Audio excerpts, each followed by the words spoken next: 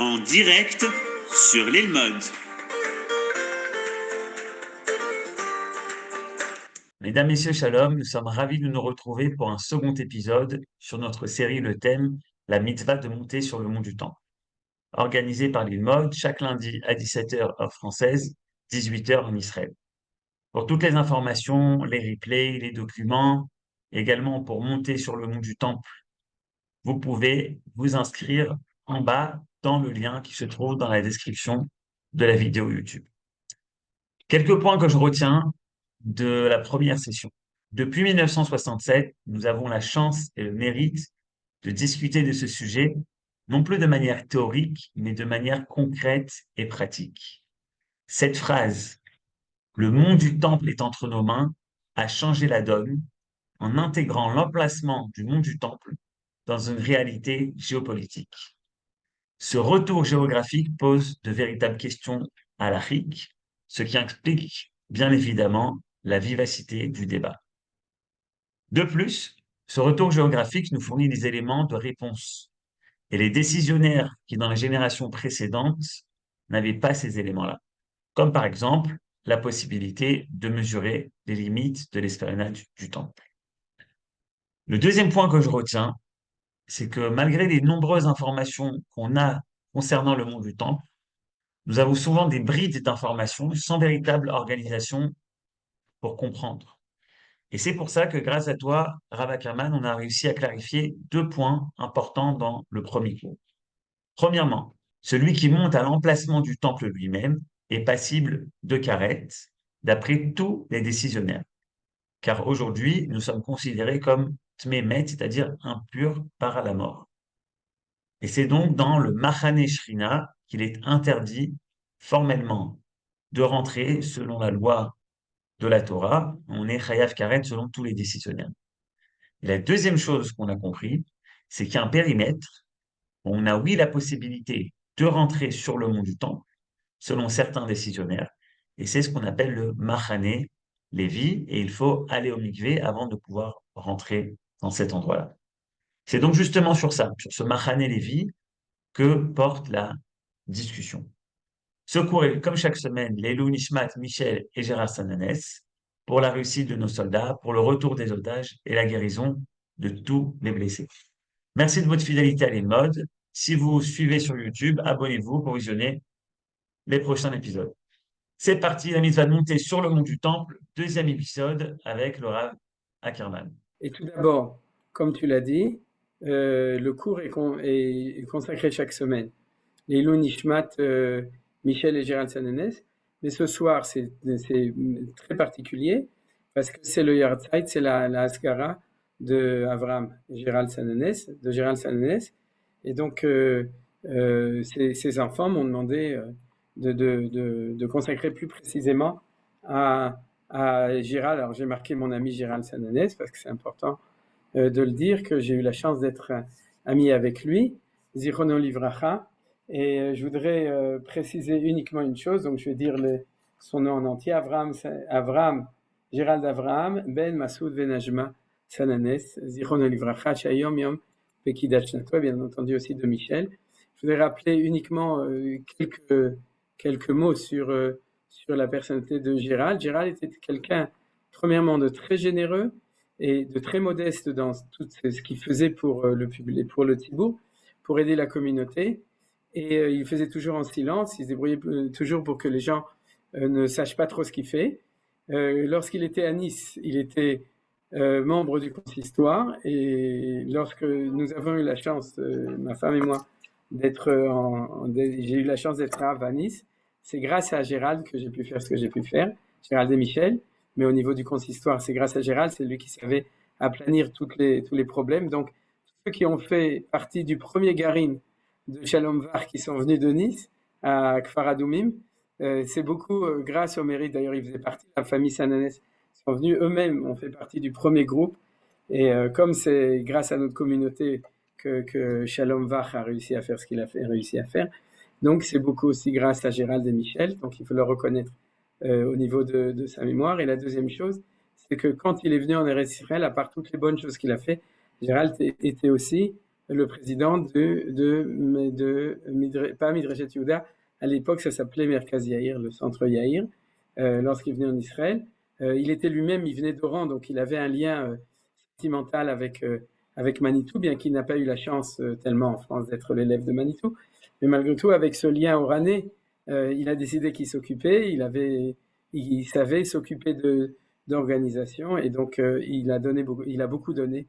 Donc dans la, on pourrait dire le fait que après la disparition de Manitou, le Merkaz Yair qui est devenu aujourd'hui Midreshet Yehuda a perduré jusqu'à aujourd'hui, et Baruch Hashem continue à se développer. Voilà, je m'arrête là pour le Ilun Nishmatot et Nafshot Torah B'Tzvah Chaim. Voilà, ce qu'on a étudié la semaine dernière, c'était le texte qui nous expliquait que la sainteté de Jérusalem, du mont du Temple et du Temple lui-même, telle qu'elle a été sanctifiée à l'époque du roi Salomon, existe toujours, et c'est la raison pour laquelle on n'a pas le droit de rentrer dans le temple, et la punition, comme l'a dit Yohan, est une punition grave. Il faut le répéter, Karet, c'est une punition qui est très très grave.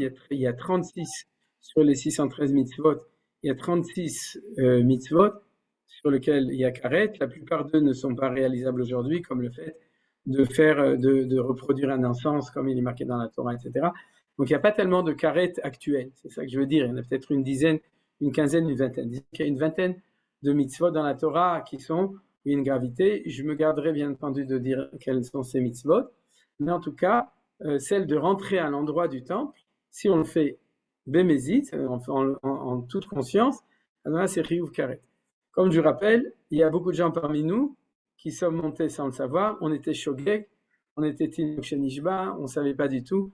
Donc, on n'a pas on n'a pas à avoir de culpabilité de Karet. Si vous voulez savoir ce qu'il faut faire quand on fait tchouva, il faut amener, quand le temple sera reconstruit, il faut amener un petit mouton.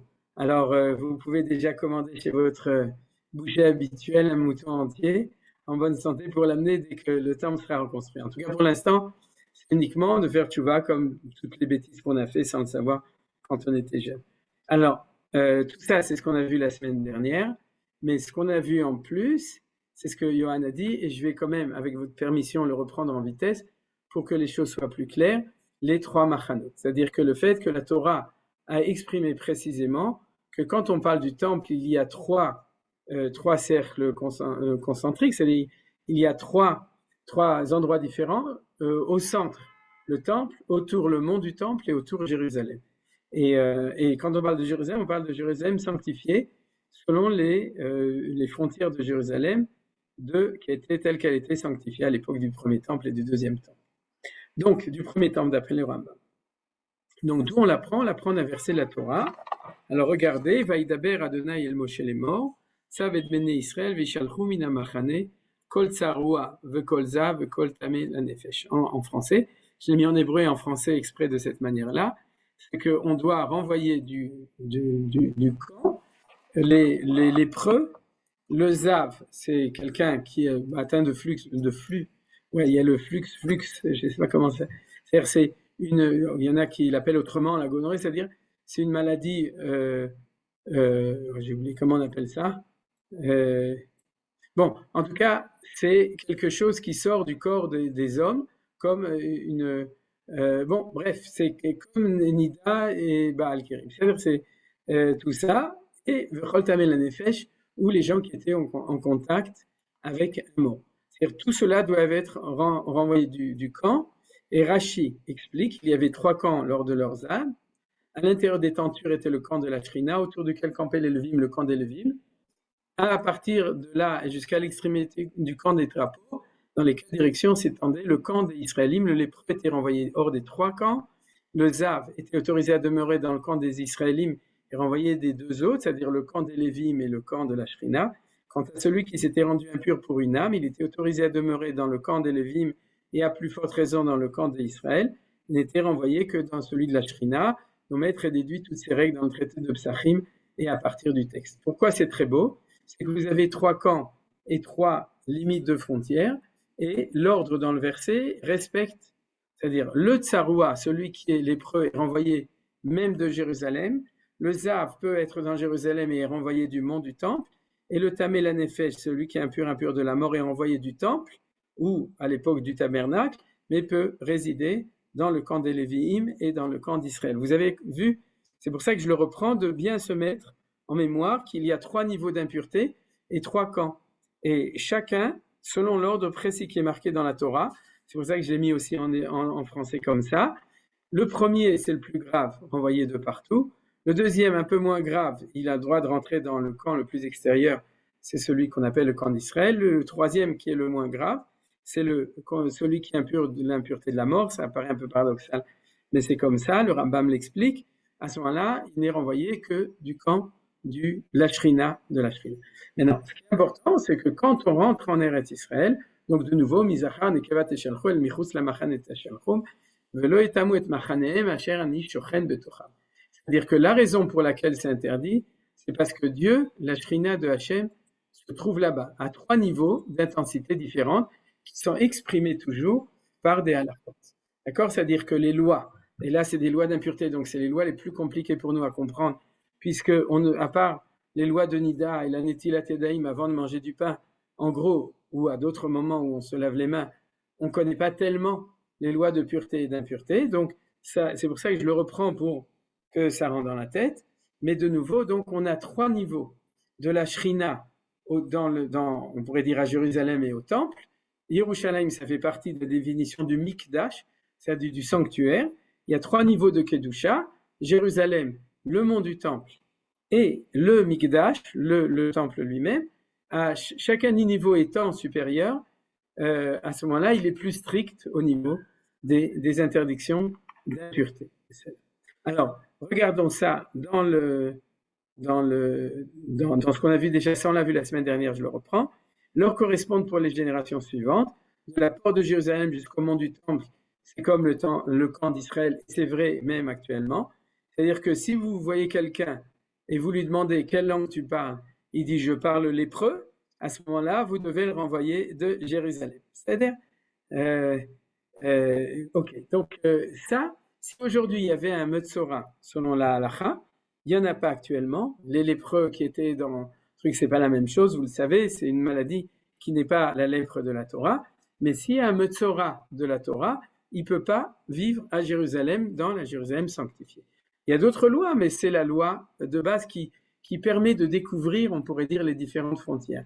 De la porte du mont du temple, c'est-à-dire Arabaï, jusqu'à l'entrée de la Hazara, c'est-à-dire quand on rentre dans le temple lui-même, la porte de Nicanor, c'est comme le camp des Lévites.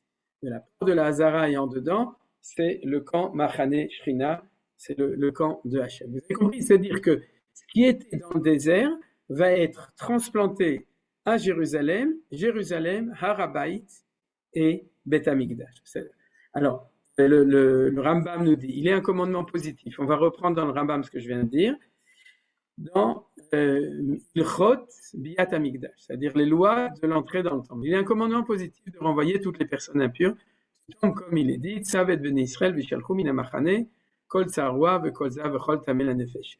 Je fais exprès de reprendre un autre texte pour que les choses soient bien claires. C'est-à-dire, puisque c'est ça en fait qui est critique pour nous. Ce camp mentionné ici est le camp de la présence divine qui va depuis la porte de la cour des femmes à l'intérieur.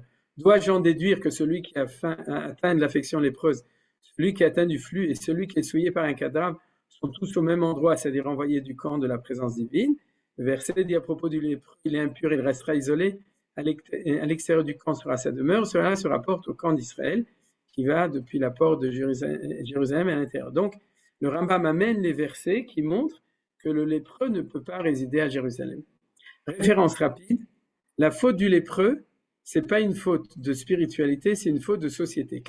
Pourquoi est-ce qu'il est Metzora? Parce qu'il est Motzi Shem Ra.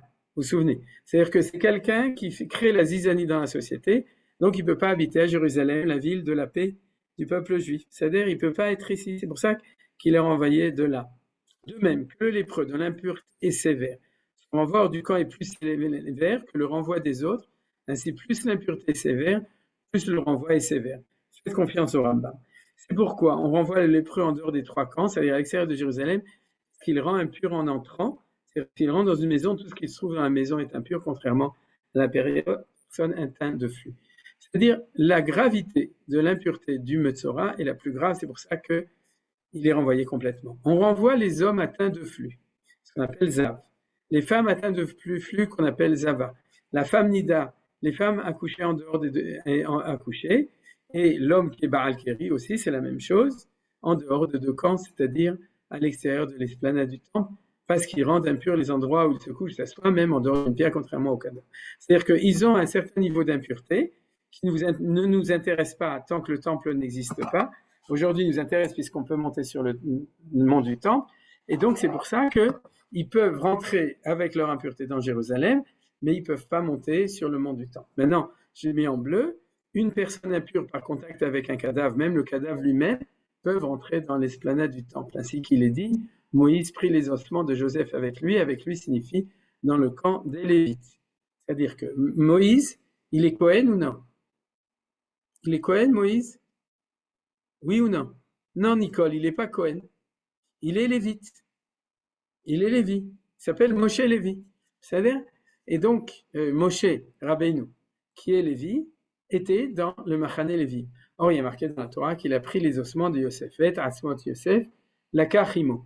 Il les a pris avec lui. C'est Moshe Rabbeinu qui était responsable de transporter les ossements de Yosef. Il y a un secret dedans, c'est le secret du Mashiach ben Yosef et de sa relation vis-à-vis de Moshe Rabbeinu.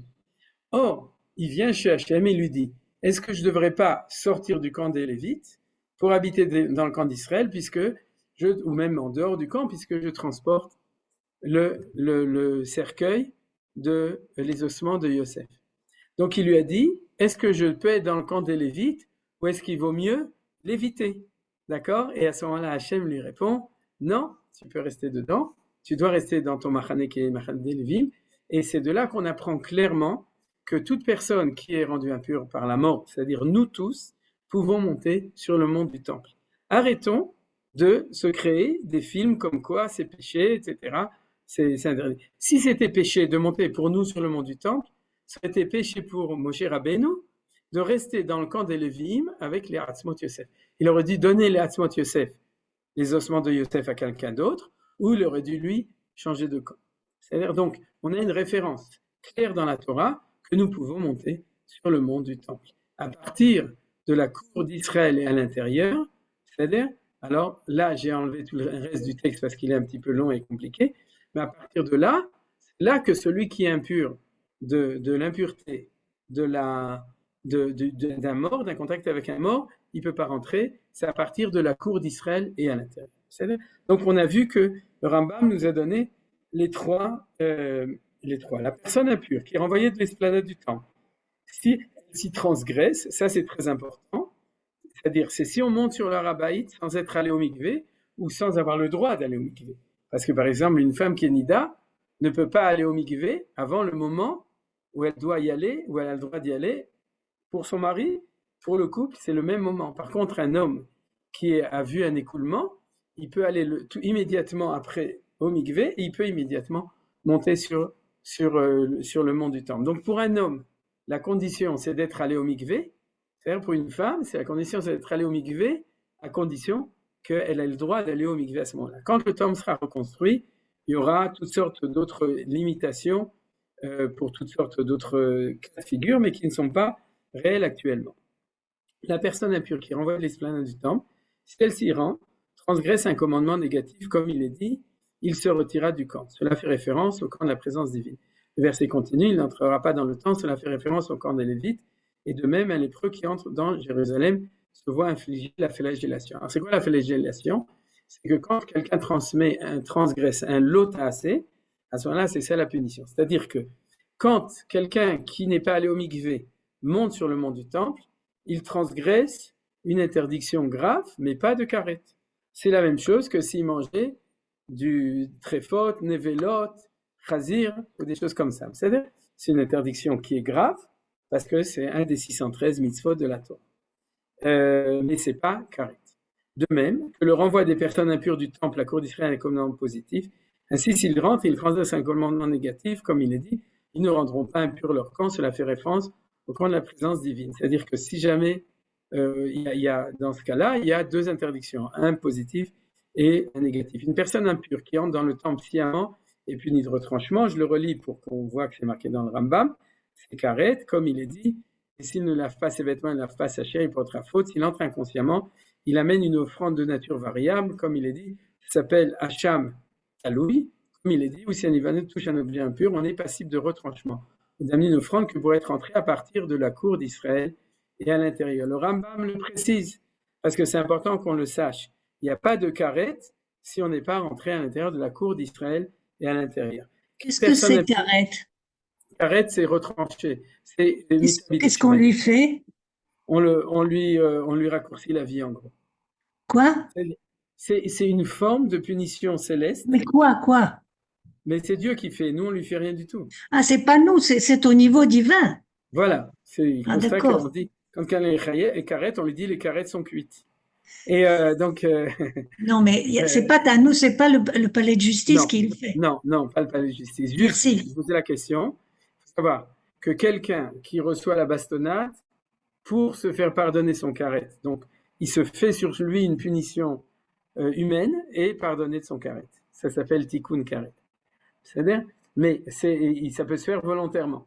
Mais disons que le karet, c'est une faute qui est très grave. Je ne vais pas rentrer, j'aime pas parler des fautes de manière générale et des punitions, mais disons que c'est comme Itabi des Shamaim, c'est-à-dire sans rentrer dans les détails, c'est que Akadosh Baruch Hu, quand on fait de manière mézid, c'est-à-dire sciemment, comme ce qui est marqué ici, des fautes qui sont chiyuv karet, ça porte atteinte, d'après les calculs divins, à la longévité de la personne. C'est-à-dire, d'accord? Annette, c'est OK? Oui. Donc, c'est considéré comme très, très grave. C'est ce que je veux dire. C'est-à-dire, mais c'est à partir de la cour d'Israël. Quelle personne impure est passible de retranchement pour être en dans le temple? Une personne qui a contracté par contact avec un mort. Le Rambam l'a répété. Vous avez ici, et vous aurez les références, vous avez toutes les références. Alors, regardez, ce qu'on va voir maintenant, pour continuer, c'est, on va voir encore une chose en vitesse, c'est le Rambam de nouveau, comme Chabad on traduit, alors c'est super, on peut l'étudier en français, c'est que le Rambam, lui, a donné tous les détails de toutes les halachot de tout ça. Pour qui il l'a fait? Il l'a pas fait pour la période du deuxième temple, il l'a fait pour nous. C'est ça qu'il faut se souvenir. De même que si vous voulez savoir la loi de l'Etfilin ou de Shabbat, il faut étudier le Shulchan Aruch. Si vous voulez comprendre quelque chose dans ce qu'on est en train de parler, comme a dit Yohan, qui Baruch Hashem depuis la guerre des 6 jours sont des halachas le maasé, c'est-à-dire que ce sont des lois que nous pouvons respecter. C'est-à-dire nous pouvons réaliser ces lois parce que Akadosh Baruch Hu nous a donné le mont du temple, on est devenu propriétaire du mont du temple. Donc, Chasdei Hashem, et du coup, il faut étudier Maïmonide. On ne peut pas l'étudier dans le Shulchan Aruch. Vous savez pourquoi? Parce que le Shulchan Aruch n'a pas statué sur toutes ces choses.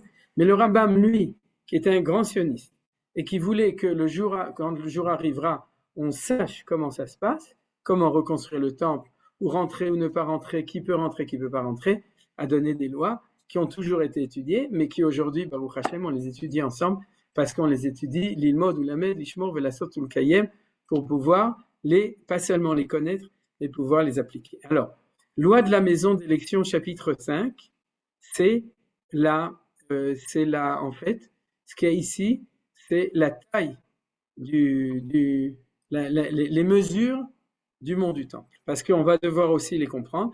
On va d'abord lire et ensuite j'ai prévu, vous inquiétez pas, j'ai des dessins, parce que les dessins du Seigneur sont toujours très importants. Et donc aujourd'hui, j'ai pris plein de plans pour vous montrer tout ça. On va tout d'abord, si vous voulez, on va peut-être, ça je vais quand même vous montrer, regardez. Vous voyez cette image, tout le monde aujourd'hui les connaît. Alors vous avez comme ça, vous avez ici le mont du temple, vous voyez, avec tous les gens qui se promènent, c'est une reconstitution belle qui a été faite. Donc vous voyez, vous avez ici le mont du temple qui est entouré d'une belle muraille. Le côté Ma'aravi se trouve ici de l'autre côté. C'est-à-dire que si vous regardez, et les gens qui sont en train de prier en ce moment sur le kotel, c'est derrière cette porte. Oui, vous voyez cette porte. Donc, si vous sortez par là et vous descendez vers le bas, vous arrivez au kotel. Tout ça, c'est les murs du Harabait. Et dans la reconstitution, j'essaie d'enlever. Voilà. dans cette reconstitution, vous voyez ici que ça a été reconstitué comme le côté actuel. C'est-à-dire que le côté actuel, il ressemble à ces pierres-là. Et comme vous savez, les Romains ont cassé la partie supérieure qui était au-dessus du Harabaït. Ils n'ont pas cassé le mur de soutènement du Harabaït pour une raison très simple. C'est vraiment embêtant et difficile de le casser. Ils n'avaient aucun intérêt. Alors, toute cette partie qui ressemble au mur de la Meharat HaMachpelah, puisque quand Hérode a construit la Meharat HaMachpelah, il a construit sur le même modèle, c'est-à-dire des pierres qui rentrent et qui sortent, cette partie-là a été détruite au moment de la destruction du temple. Et au moment du temple, on avait donc un mur supérieur qui entoure, qui était vu extérieurement comme ça, avec des pierres qui rentrent et qui sortent. Il était à l'époque peint avec de la chaux et ensuite peint, et la Gemara nous dit que ça donnait un effet comme des vagues de la mer. C'est-à-dire les gens, ils le regardaient, ils se sentaient en train de surfer. D'accord? Sur ces pierres, voilà. Et vu l'intérieur, c'était avec des colonnades. Et aujourd'hui, on voit un tout petit peu à l'intérieur, on voit, il y a des endroits où il y a aussi comme ça des colonnades vues de l'intérieur. Mais si vous voulez, les gens qui sont devant le côté, ils sont en dessous de l'esplanade du temple. Et puisqu'ils sont au niveau de cette partie du mur qui n'a pas cette imitation de colonnade à l'extérieur.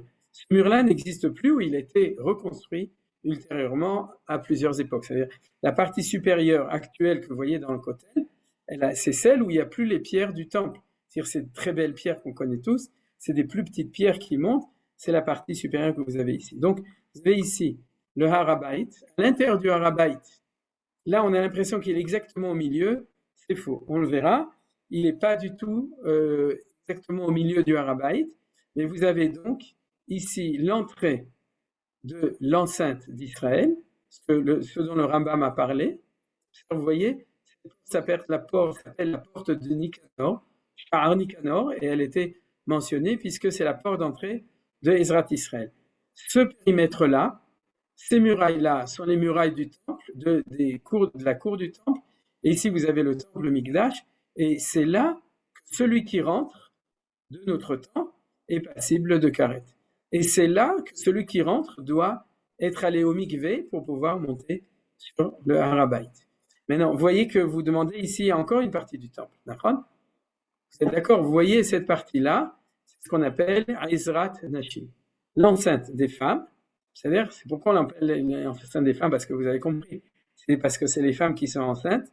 Et donc, Ezrat Nashim, c'est-à-dire Ezrat Nashim, c'est une tosefet, un rajout du temple qui est interdit mi-de-rabanan.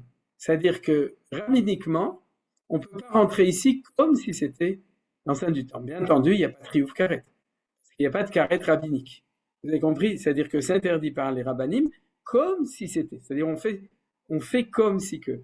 Comme c'est une takanat rachamim, c'est pas exactement la même loi, mais c'est tellement compliqué au niveau des détails que c'est pour ça que j'ai effacé pas mal de paragraphes du Rambam pour que ce soit pas si compliqué. Mais disons que comme ça, que ce soit très clair. Autour de ça, c'est Jérusalem. Qu'est-ce qui est renvoyé de Jérusalem? Ceux qui sont lépreux, c'est-à-dire à partir de ces colonnades, le Harabaït, ceux qui sont renvoyés de là, s'ils ne se sont pas trompés, c'est ceux qui sont impurs de l'impureté corporelle, comme Nida, Zava, Zav, etc. Et ici, c'est le temple, et là est renvoyé uniquement est renvoyé celui qui est impur de la mort, bien entendu, et c'est là qu'on est coupable de karet. Alors, je vais vous donner encore deux reconstitutions qui vont nous permettre de bien comprendre cela. Celle-là, vous voyez, c'est la même chose, c'est une reconstitution de Holilan que vous connaissez. C'est-à-dire, vous voyez, vu du côté nord-est, exactement la même chose. C'est-à-dire que vous voyez à l'intérieur d'ici, ici, derrière vous, Jérusalem, ici, le Beth Amikdash, autour de lui, ici, Sha'ar Nicanor et la cour du temple, les portes qui font entrer, Ezrat Nashim, et ici, vous avez le Harabaït avec les colonnettes. Encore une qui le montre vu du côté est, Besséder. Alors du côté est, vous avez ici une porte, vous connaissez cette porte? Quelqu'un sait comment elle s'appelle? Comment alors elle s'appelle? Sha'ar Hamim. Rachamim. Exactement. Sans doute c'est celle-là, Sha'ar Rachamim. Vous avez cette porte, vous avez de nouveau le mur, le côté qu'on connaît plus. La porte dorée en français. Ah, il a fait Meod. Ouais. Et quand vous rentrez par là, vous arrivez sur Ezrat Nashim, vous passez la porte de Nicanor, vous rentrez dans la cour d'Israël, la cour des Kohanim qui sont là, et ensuite le Beth Amikdash, et derrière, Yerushalayim Ira Kodesh. Donc, c'est-à-dire, ici, tout autour, vous avez l'esplanade. Donc, j'espère que grâce au fait qu'on a vu tout ça, on arrive un petit peu à comprendre tout cela. Alors, le Rambam ici donne les midot, les mesures. D'où est-ce qu'il connaît les midot, les mesures de tout ça? C'est très simple. C'est qu'on a une Mishnah dans le Shas, dans le livre de coaching qui s'occupe du temple. On a un traité de Mishnah qui s'appelle Masechet Midot.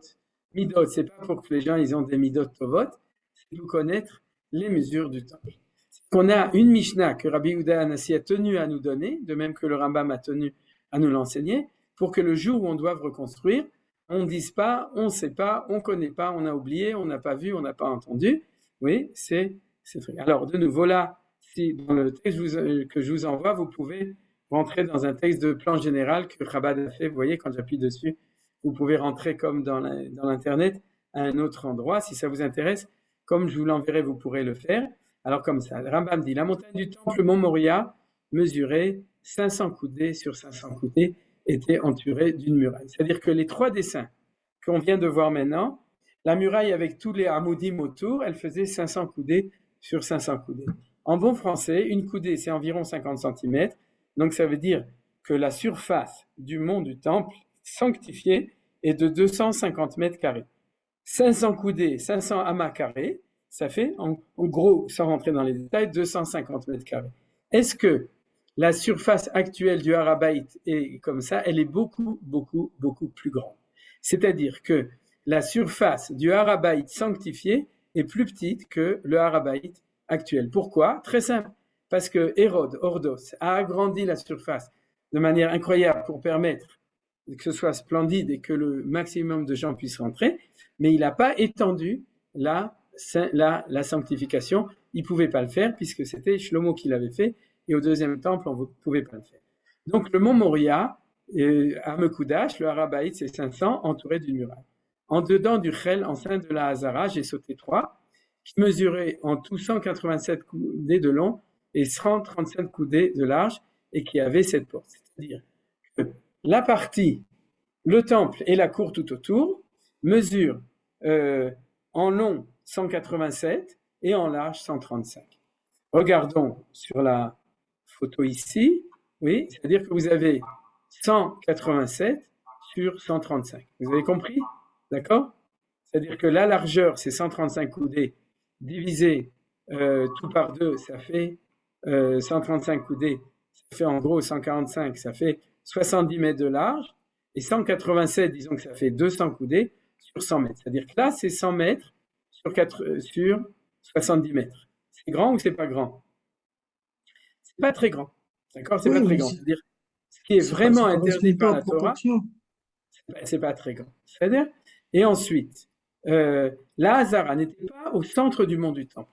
C'est-à-dire que la forme exacte, regardez, on l'a ici, vous voyez, là vous avez le temple en bleu, en orange, Ezrat Nashim, comme je vous ai dit, qui est une extension rabbinique du temple, et ici vous avez le Har HaBayit. Regarde, ça c'est le plan que Rav Elisha Wolfson a dessiné. Alors, vous avez ici 500 sur 500. Ça, c'est ce qui a été sanctifié. Ce que vous avez ici autour, le dessin en marron, c'est l'esplanade du temple actuel. Le côté Ma'aravi, il est ici. Vous savez ce qu'a dit Adam quand il s'est réveillé et qu'il a vu Chava? Ouais, vous savez ce qu'il a dit? Makot el Ma'aravi. Ça, c'est une blague de Manitou. C'est-à-dire, c'est ça, le côté Ma'aravi. Donc, là, vous avez le côté Ma'aravi qui est autour de la muraille construite par Hérode. C'est-à-dire, cette belle muraille qu'on a vue dans la reconstitution, elle est ici. C'est-à-dire, ici, vous avez le quartier musulman, ici, le quartier juif derrière, ici, les fouilles du côté Ladromi, du sud du côté. Ici, vous avez la mosquée El-Aqsa. Est-ce que la mosquée d'El-Aqsa est à l'intérieur du Har HaBayit à sanctifier? Non. Ici, vous avez au nord une énorme portion de Har HaBayit, là où les gosses arabes ils jouent au football, c'est-à-dire qui n'est pas dans la partie. Parce que vous avez ici, maintenant, Ce que nous dit le Rambam, c'est que le Beth Amikdash, il est en même temps, exactement dans l'axe, dans le même axe que le Harabait, c'est-à-dire lui, il est parfaitement dans un axe nord-sud, à mon avis, le Beth Amikdash. Par contre, le Harabait, pour des raisons de topographie, ouais, il n'avait pas du tout, il n'est pas tout à fait dans l'axe nord-sud et est-ouest, et en plus, le temple est plus au nord et plus à l'ouest qu'au sud et à l'est. Ici, c'est l'est. Ouais, c'est l'est. Ici, vous continuez, vous avez le mont des Oliviers, c'est-à-dire ici, Shara Rachamim, comme on a vu, ici, la route qui passe par là, comme vous connaissez, et comme on a dit, extraordinaire, Baruch Hashem, on connaît, c'est-à-dire que ça correspond à des choses qu'on connaît. Vous avez tout petit peu du côté ouest, c'est-à-dire jusqu'au Kotel, du côté Kotel à Maharavi, vous avez le Kodesh HaKodashim qui est très près de la fin du Harabait. Du côté nord, un peu plus. Du côté sud, un peu plus. Si on compte à partir de Nicanor, chez Nicanor, vous avez beaucoup. Et du côté sud, encore plus.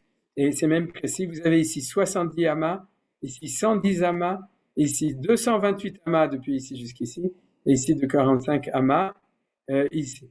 Alors, on le reprend dans le Rambam, Maïmonide. La Hazara n'était pas au centre du mont du Temple, elle était un peu plus éloignée du sud que des autres côtés, et plus proche de l'ouest que des autres côtés. Sa distance du mur nord était plus grande que sa distance du mur ouest, et moindre que sa distance du mur est.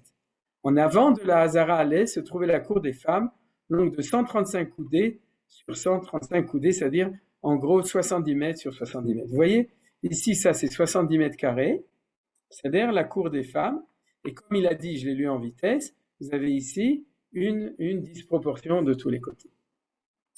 Ça va expliquer pourquoi. Tout d'abord, du côté... 70 mètres au carré. Non, non, 70 oui, pour 70 mètres sur 70 70 mètres, ça fait 70 mètres 70 carrés. multiplié par 70 au... Voilà. Ça fait Non, mais c'est ça 4900 qu'on mètres appelle carrés. 70 mètres carrés. C'est 70 avec un petit 2 en haut. C'est 70 mètres carrés, de même que ici, 500 mètres carrés. Si tu Non, calcules c'est 500 autrement- fois 500 mètres carrés. Voilà, exactement. Ici, c'est 250 mètres carrés, et ici, c'est 70 mètres carrés. C'est-à-dire ici, la longueur et la largeur sont différentes, et aussi de tous les côtés. Parce qu'il nous intègre tout ce qu'on a appris jusqu'à aujourd'hui. En fait, c'est ce qu'on appelle Tatzlum Avir, c'est-à-dire une photo aérienne réelle du mont du Temple actuel. Alors, vous avez le Kotel ici. Ici, ce point rouge, c'est par là que tout le monde rentre au Harabait, les Juifs, c'est-à-dire, c'est par ici, on monte les escaliers, vous savez, en bois, qui sont ici, on rentre ici. Et à ce moment-là, on fait le tour de tout, parce qu'on veut faire le tour de tout, Sovu Tzion Vakifua, c'est-à-dire faire le tour de Tzion, c'est-à-dire on veut faire le tour de tout. On va ici tout droit, on ne peut pas. Là, vous avez la mosquée El-Aqsa qui est complètement au sud du Harabait, et là, on passe ici, et vous avez ici le dôme, le Kippat Hasela, c'est-à-dire le dôme doré, et vous avez ici cette partie qui est surélevée. Vous vous souvenez, je vous ai montré la semaine dernière ces photos, je vais vous montrer une seule, où on voit que, quel que soit le côté, vous avez des escaliers, des pseudo-portes avant de rentrer, parce que cette partie est surélevée. Alors la partie surélevée, c'est celle qui est entourée en rouge. Vous voyez ici, celle qui est entourée en rouge qui est surélevée. Maintenant, cette partie, on ne rentre jamais dedans, parce que toute cette partie, c'est Safek du Mikdash. Maintenant, de manière plus précise, d'après cette opinion, mais comme il y a d'autres opinions, il faut faire attention donc de ne pas rentrer dans des sfekot. Et d'après cette opinion, ça c'est la Hazara, ça c'est Ezrat Nashim. Vous voyez que c'est pas très très grand par rapport à la grandeur énorme du Harabait. C'est pour ça que quand les gens diront on ne peut pas rentrer parce que on ne connaît pas de manière précise toutes ces mesures, c'est vrai.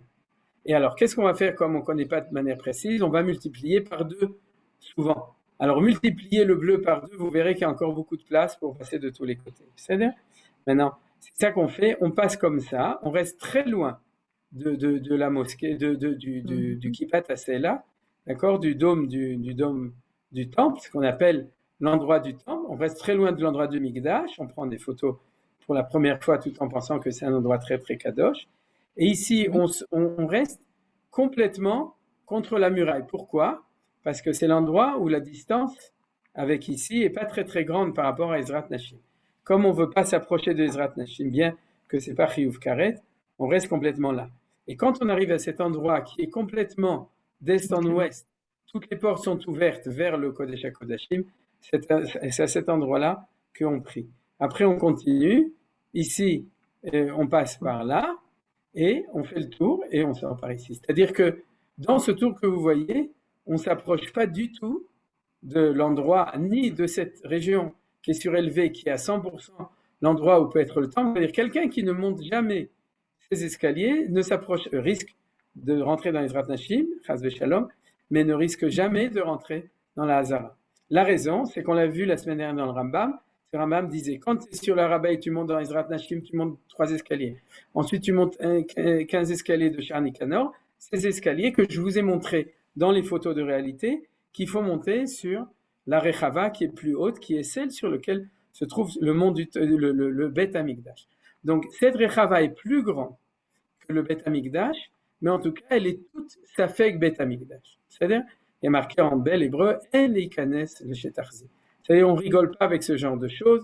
On dit pas non, ça c'est à droite, il y a d'autres opinions, il y a beaucoup de discussions, mais il est impossible que le Beth Amikdash se trouve sur le Harabaït et pas sur cette région surélevée, parce qu'on l'avait vu dans le Rambam, la topographie oblige. C'est-à-dire que le Beth Amikdash se trouve sur la montagne, sur l'endroit la plus haute, et c'est pour ça que c'est comme ça que ça se trouve. Donc en gros, avec tout ça, on a, si vous voulez, terminé cette première partie où on a eu une vision précise, j'espère en tout cas, et claire de tout ce qui correspond à tout ça. Alors de nouveau, jusqu'en 1967, on n'aurait jamais pu faire ça. Parce qu'on n'aurait jamais pu mesurer ce qui est marqué dans Masechet Midot. Qu'est-ce que c'est que ces 500 coudées actuellement? Bien entendu, la coudée, il y a une marloquette, vous savez, dans une Chotsuka. Est-ce que c'est 48? Est-ce que c'est 60 cm? La Hama. Et ensuite, il y a la Hama Takodesh et la Hama Regila. La Hama Takodesh, elle est plus grande. C'est des grandes Sugiyot dans Masechet Zvachim. Donc, il faut faire, malgré tout, savoir il faut beaucoup d'érudition pour savoir de manière absolument précise toutes ces choses. Donc, il faut faire confiance aux Talmidei Chachamim. Mais malgré tout, vous avez vu tout d'un coup que c'est une réalité qui est très claire, qui est très tangible, depuis les Midot qui sont marqués dans le Migda, dans la Masechet Midot, suivant d'abord selon la Torah, on a vu les psukim de la Torah, ensuite par le Rambam qui est extrêmement précis, et ensuite, Baruch Hashem, grâce aux reconstitutions et aussi aux représentations réelles avec la réalité telle qu'elle est aujourd'hui, qui nous permet de manière très très précise, très précise avec tout ce qu'on appelle Tvar Bitachon, c'est-à-dire les marges de sécurité pour ne pas rentrer dans aucun doute. C'est-à-dire, comme vous savez, dans toutes les halachot, justement un mikvé, il est construit avec le respect de toutes les chumrot possibles pour être sûr qu'il n'y a pas de problème. Alors là aussi, on le fait avec toutes les chumrot possibles, de la taille de la hama, des différents endroits possibles du Kodesh HaKodashim, parce qu'il y a 2 opinions pour l'endroit du Kodesh HaKodashim. En tenant compte de toutes ces discussions, à ce moment-là, on arrivera à ce qu'on arrivera, et Bezrat Hashem, on verra qu'on n'est pas les premiers. Il y a la plus célèbre, il y a une chouva du Radbaz, dont on parlera, Rabbi David Ben Zimra, qui était le maître de Rabbi Yosef Karo et du Hari Akadosh de Rabbi Chaim Vital à Tzfat, c'est-à-dire, et qui lui a décrit la manière dont les gens avaient l'habitude de monter à cette époque, et il a donné les mesures précises des endroits qui sont permis ou qui sont interdits, et qui sont Bessafek, qui racontent que les gens montaient. Donc c'est pas quelque chose qui a été inventé par les sionistes religieux ou par Ben Gvir il y a 1 semaine ou 2, c'est des choses qui ont des fondements et des sources extrêmement sérieuses de Torah, et comme avait dit, dans toute chose de Torah, il peut y avoir des discussions. Il ne faut pas qu'il y ait de négation. Et il ne faut pas dire que les autres ne comprennent rien, il n'y a que nous qui savons, ou toutes sortes de choses, comme on a dit, de dire celui qui monte sur le mont du temple, il est chayav karet. Non, tu veux faire peur pour que les gens qui ne sont pas respectueux ne montent pas, d'accord, mais il faut quand même dire la vérité. On n'a pas le droit de dire des mensonges, comme je l'ai dit la semaine dernière. Alors, pour terminer avec ces 4 minutes qui restent, je vais vous donner les 6 raisons pour lesquelles on n'a pas le droit de monter sur le mont du temple. Non, pas pour les 6 raisons qui sont les pierres d'achoppement, les pierres du Mikdash, les marlokot, les discussions pour lesquelles certains disent qu'on ne peut pas monter et d'autres. Et comme ça nous donnera le temps jusqu'à la semaine prochaine de méditer. C'est-à-dire, alors comme ça, il y aura un livre dessus puisque je vais méditer. Alors, la première raison, c'est qu'on n'a pas le droit d'énerver l'égoïsme. C'est-à-dire, cette raison existe dans les commentaires. Ouais, ça vous plaît pas, mais par exemple, on verra que Rambam dans Moreh Nevuchim amène cette justification, c'est-à-dire que ça existe dans la halakha que on ne doit pas forcément se mettre à dos le monde entier et faire une guerre mondiale à cause du Har HaBayit. Alors, pourquoi je le dis? Parce que c'est un argument qui est repris par les religieux qui ne montent pas et par le Mossad, le Shabak et les opposants qui ne montent pas. Donc, si c'est un argument, il faut savoir qu'est-ce qu'on va leur répondre. Premier argument. Deuxième argument, qui est un argument purement religieux et qui est l'apanage de pratiquement tous les religieux de base, disons comme ça, c'est que le temple, il va descendre du ciel, donc c'est pas ton problème. C'est-à-dire, vous connaissez cet argument, d'accord? C'est qu'il y a des Gemarot qui sont marqués dans le Talmud Bavli, dans le Talmud Yerushalmi, que le troisième temple, il va tomber du ciel. Donc, nous, on s'arrête au Kotel. Ouais, tout ce qui va,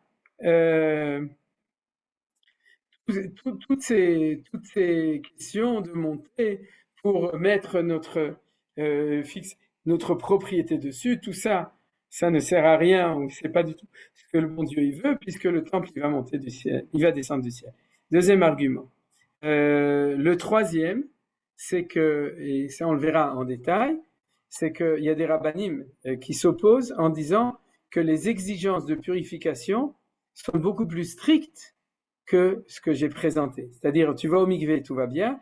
Alors, je vous dirai pourquoi, mais vous pouvez bien vous imaginer que ce qui est bien pour une femme qui va au mikvé quand elle est nida n'est pas forcément suffisant quand on monte sur le mont du temple. Et là, il y a d'autres doutes, comme quelqu'un qui est Zav, Zavakdola, etc., qui demande 7 jours de purification, d'amener un korban à la place, et peut-être qu'on est tous des avim, c'est pour ça que souvent quand on voit quelqu'un, on lui demande comment ça va, et donc à cause de ça, et d'autres raisons, peut-être que on peut pas monter. Par exemple, le Rav, le chef de la Eda Haridit, Rav Yitzhak, j'ai oublié son nom de famille, Shut Minchat Yitzhak, en tout cas je me souviens pas de Rav Yitzhak Weiss, qui était le Rosh Eda Haridit, qui a écrit une tchouva pour expliquer pourquoi le Fidato, on monte pas sur le mont du temple. C'est-à-dire, il a amené comme argument, un des arguments essentiels, cet argument-là des notions de pureté. Alors, c'est des notions qui sont beaucoup plus d'érudition, mais malgré tout, on essaierait d'en parler un petit peu. Ensuite, un argument suivant, c'est qu'on ne connaît pas les gvulot, les frontières précises. Alors, j'ai déjà répondu à la question, en gros, dans le cours d'aujourd'hui. C'est-à-dire, j'étais Magdim Refoua Lamaka pour vous montrer que c'est un petit peu pas exact, ces choses-là, mais c'est utilisé par tous les opposants. Et justement, comme c'est quelque chose qui était valable jusqu'en 67, mais qui n'est plus valable aujourd'hui parce qu'on a les possibilités de le mesurer de manière précise et il n'y a aucun problème de le mesurer parce qu'il suffit de monter, d'aller au mikvé, de monter sur un bail et de sortir son mètre et de mesurer. Aujourd'hui, il y a d'autres systèmes de mesure justement avec les photos d'aviation et toutes sortes d'autres chitotes possibles. Donc, il ne faut pas dire qu'on ne peut pas mesurer précisément, mais ça a été utilisé dans le temps et c'est encore utilisé en disant oui, mais le Rav Intel a dit en 1900 qu'on ne pouvait pas mesurer. Oui, mais le Rav en 1900, il ne pouvait pas mesurer. Mais toi, aujourd'hui, en 2024, tu peux mesurer. Donc, ce n'est pas vrai que cet argument est forcément. Mais en tout cas, il est utilisé de manière extrêmement fréquente. Et il faut y répondre si on peut. Ensuite, le cinquième argument, et qui est l'argument, on pourrait dire le plus lourd, et qui était déjà cité maintenant, c'est que si tu ouvres le Har HaBayit de manière libre, à ce moment-là, tout le monde va monter, y compris les goïms, y compris les pas religieux comme c'était après 67. Il y avait, vous vous souvenez, à l'entrée, il y avait un petit panneau misken de la Rabbanout en disant la Rabbanout te dit que c'est interdit de monter. Bon, ça n'intéressait pas beaucoup de gens, mais donc la Rabbanout a interdit, et c'est l'argument essentiel, de peur que les gens montent sans, et c'est pour ça que Yohann a eu raison de me faire cette remarque, de peur que les gens montent sans blitara, sans pureté, en plus en ne respectant pas la sainteté de l'endroit, parce qu'il ne faut pas oublier que ce n'est pas ni un terrain de football, ni un endroit de tourisme. Ce n'est pas du tourisme, c'est le Beth Amikdash, d'accord? Alors, si tu rentres en tant que touriste, même si tu es juif religieux, tu as transgressé ce qu'on appelle Mora Mikdash, la mitzvah tassée de la crainte du temps. Donc, il y a les Chachamim, les sages, après la guerre des 6 jours, et aussi avant, à l'époque de Rav Kook, qui ont eu peur de ça, et donc c'est le 5e argument. Et puis, le dernier argument, c'est qu'on n'a pas de continuité de tradition de comment on monte sur le temple, et quand il y a interruption de la tradition, à ce moment-là, on ne peut plus permettre ces choses-là parce qu'on n'a plus de mémoire. C'est un argument qui est utilisé dans la halakha, à propos par exemple de la cacheroute des oiseaux, c'est-à-dire quand il y a des oiseaux où il n'y a pas de tradition, ou au niveau des sauterelles aussi, s'il n'y a pas de tradition, on n'utilise pas les signes de reconnaissance de la Torah, parce que Avda Masoret, la discussion se fait par exemple sur le trelet qui a été réinventé, il n'y a pas de tradition, donc est-ce que c'est sûr que c'est le trelet, est-ce qu'on peut le mettre, etc. Donc cette question d'interruption de la tradition est une question au niveau halakha qui est sérieuse, et c'est le 6e argument.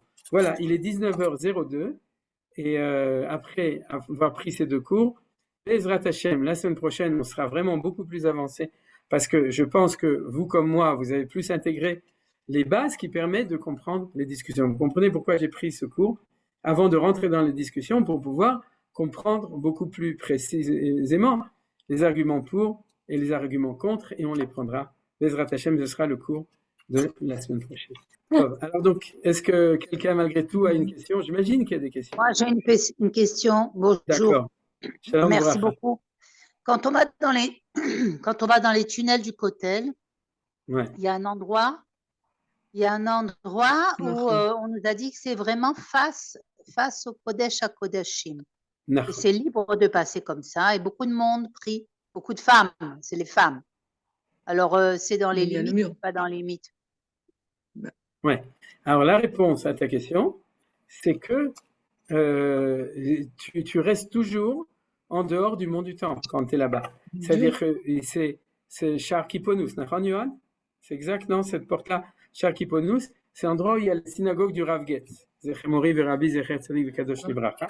Et à cet endroit-là, c'est pour ça qu'il a construit sa synagogue où il prie Alpi Kavana à cet endroit, parce que c'est l'endroit, comme c'est à l'ouest, si tu diriges tout droit vers l'est de cet endroit précis, tu arrives directement à l'endroit du Kodesh HaKodashim. Alors, si on reprend, Yala, on va reprendre une seconde l'image ici. Si tu veux, cet endroit, il est ici. Tu vois? C'est-à-dire que tu te trouves ici, là, comme c'est une photo aérienne, on voit les bâtiments des maisons des Arabes, mais toi, tu te trouves en dessous dans les minarotes, bien en dessous, et à cet endroit-là, si tu pries tout droit, avec le mur, ou bien tu arrives directement vers le Kodesh HaKodashim. Maintenant, là où tu te trouves, c'est dans la continuité du Kotel HaMaaravi, qui est ce mur noir qui est ici, et tu n'es jamais rentré à l'intérieur du mont du Temple. C'est pour ça qu'il n'y a aucun problème de pureté, et tout le monde peut rentrer dans les minarotes à Kotel, les tunnels du Temple, du Kotel, puisque les minarotes à Kotel nous font continuer le Kotel depuis cet endroit-là, c'est là qu'on rentre dedans, jusqu'au coin ici. C'est-à-dire que quand on sort des minarotes à Kotel, on est arrivé jusqu'à la fin de ici. C'est la raison pour laquelle, quand on sort, on se trouve sur la derech de Sha'ar HaArayot, la route qui rentre depuis Sha'ar HaArayot, là où les Tzanchanim sont arrivés. Et c'est comme ça qu'on sort des minarotes à Kotel à cet endroit-là. Nelly? Oui, je voulais demander, tu nous avais dit une fois que le Rambam était montré sur le Harabait. Je voulais savoir quels étaient les documents qui le prouvent. Ok, d'accord. Maintenant, je ne peux pas, ça fait partie. Le mieux, c'est qu'on en parle plus tard. Mais on a des documents, on a des témoignages. D'abord, lui-même, il a un témoignage, on peut un peu critiquer, mais il a dit, nous, comme nous sommes, dans ses mémoires, quand il raconte, dans une lettre qu'il écrit, il dit, comme nous sommes arrivés, nous avons prié sur le Habayit Agadol, qui est sur la grande maison, qui est sur le mont. Et alors, il y en a qui disent qu'il est rentré dedans, mais c'est impossible, puisqu'on a vu qu'il est posé comme ça. Ils disent qu'on suppose qu'il y avait une synagogue à l'époque sur le mont du Temple. C'est-à-dire Bet HaKnesset Sha'ar HaBarit. Et il y a aussi un autre témoignage d'un voyageur qui l'avait accompagné. C'est-à-dire, je me souviens maintenant plus de son nom, mais il y a 2 témoignages, si vous voulez, sur le Rambam. Alors, bien entendu, ceux qui s'opposent, ils disent que non, il a prié dans la Khourva ou quelque chose du genre, quoi. C'est-à-dire, il a prié dans une synagogue dans la vieille ville. On ne peut pas prouver à 100%, mais disons qu'on pourrait dire la lecture littérale prouve que le Rambam est monté sur le Rabbait. Ok, Yafé Meod, alors à bientôt. Merci d'avoir visionné cette vidéo. Je vous invite à vous abonner à notre chaîne InMode pour plus de replays, de conférences, de cours, d'interviews. Cliquez sur le bouton juste ici et vous êtes abonné à l'InMode. À très bientôt.